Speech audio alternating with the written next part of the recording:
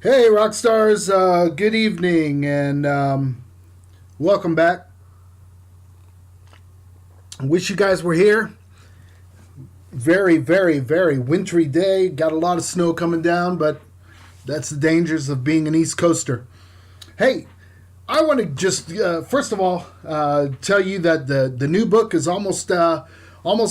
We're doing a few final touches. Got a great person that is working on the cover.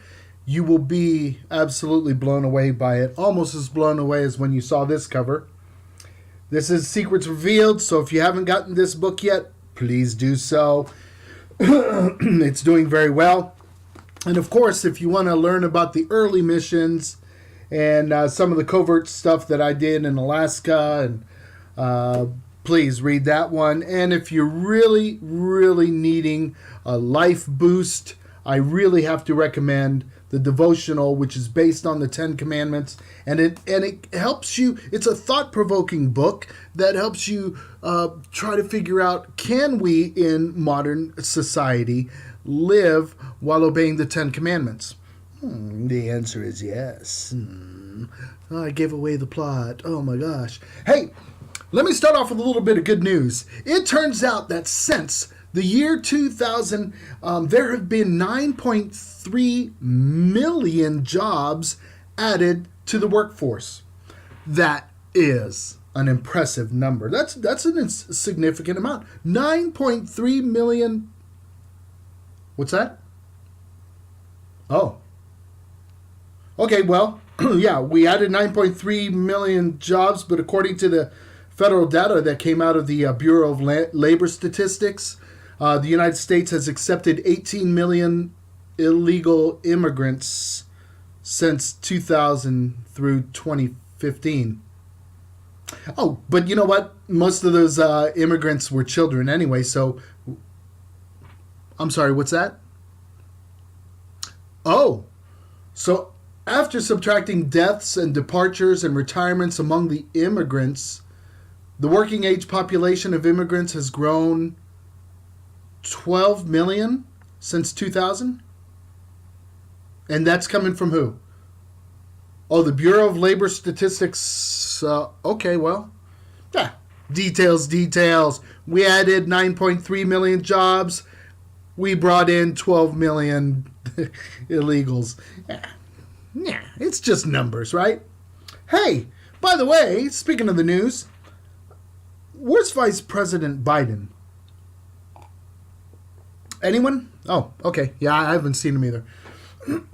Now, how about the weather affecting the East Coast? Listen, brace yourselves. There's another winter storm coming, a cold blast that is going to come. And this cold blast is going to, it's going to be a tough one. But let me explain something about the cold weather. It brings out the best in some people. Matter of fact, two high school seniors, I believe they were seniors, high school students, we'll call them, they heard that their school was going to be closed back January 27th, I think it was.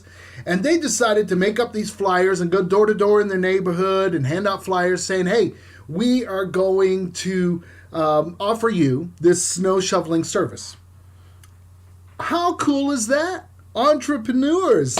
So here they are, a great gesture, until they ran directly into the real force of destruction, the government nannies. That's right, the two Utes, and I call them Utes because they were from the wonderful state of New Jersey. They were reprimanded by the police because someone complained that these Utes were going from door to door, and unfortunately, you can't do that since they did not have a permit from their local government office. Way to go, Bound Brook, New Jersey, crushing young people that are actually their desire to go out there and do something instead of sitting at home and vegetating. Way to go, Bound Brook, New Jersey, dorks. All right. What's that? Any word on the vice president? No, nothing yet. Okay. Well, in case you missed it, and you probably did, unless you're one of the 14 viewers of CNBC, there's a show that's hosted by two people, Hobbs and Eisen, and their guest kind of surprised them when they were about to talk about this great financial recovery that we've been going through. Their guest, Mr. Ricciardo, I believe it is, he's the managing director of Mizuho Securities USA.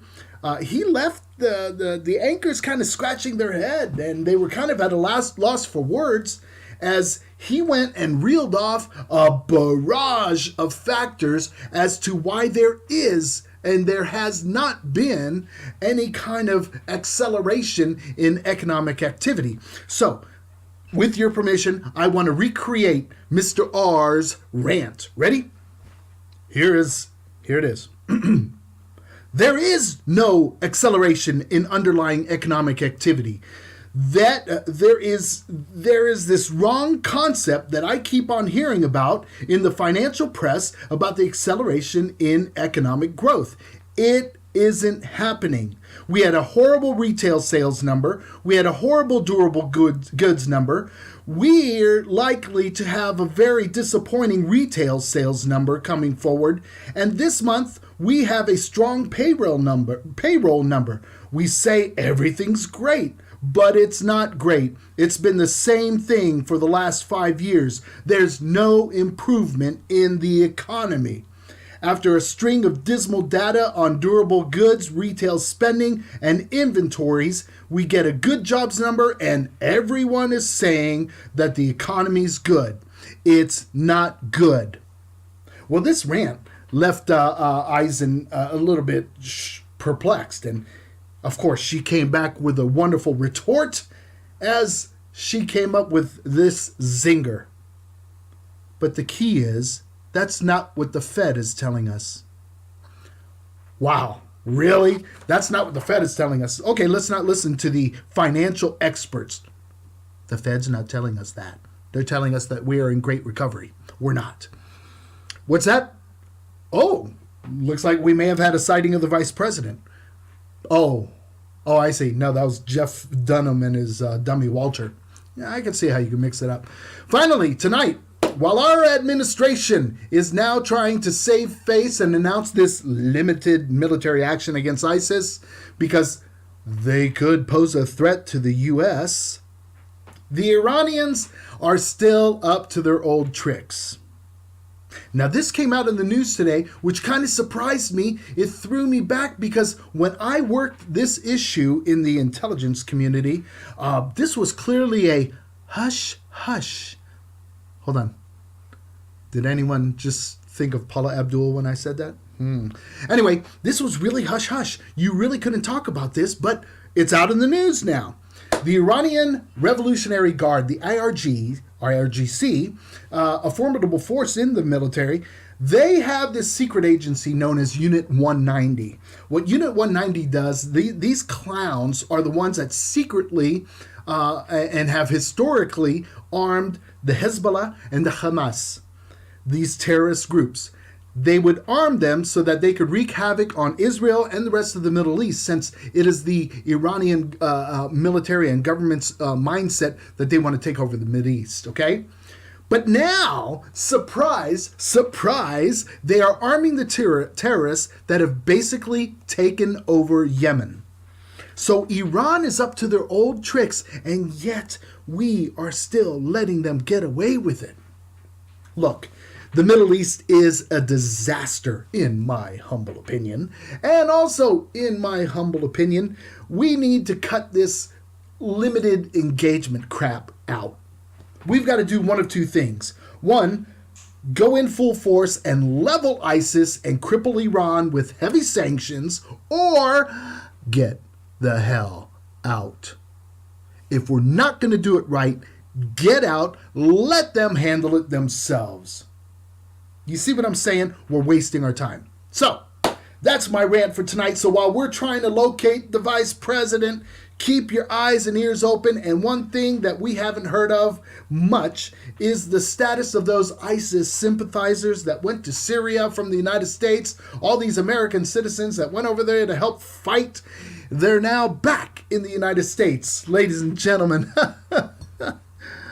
Where are they?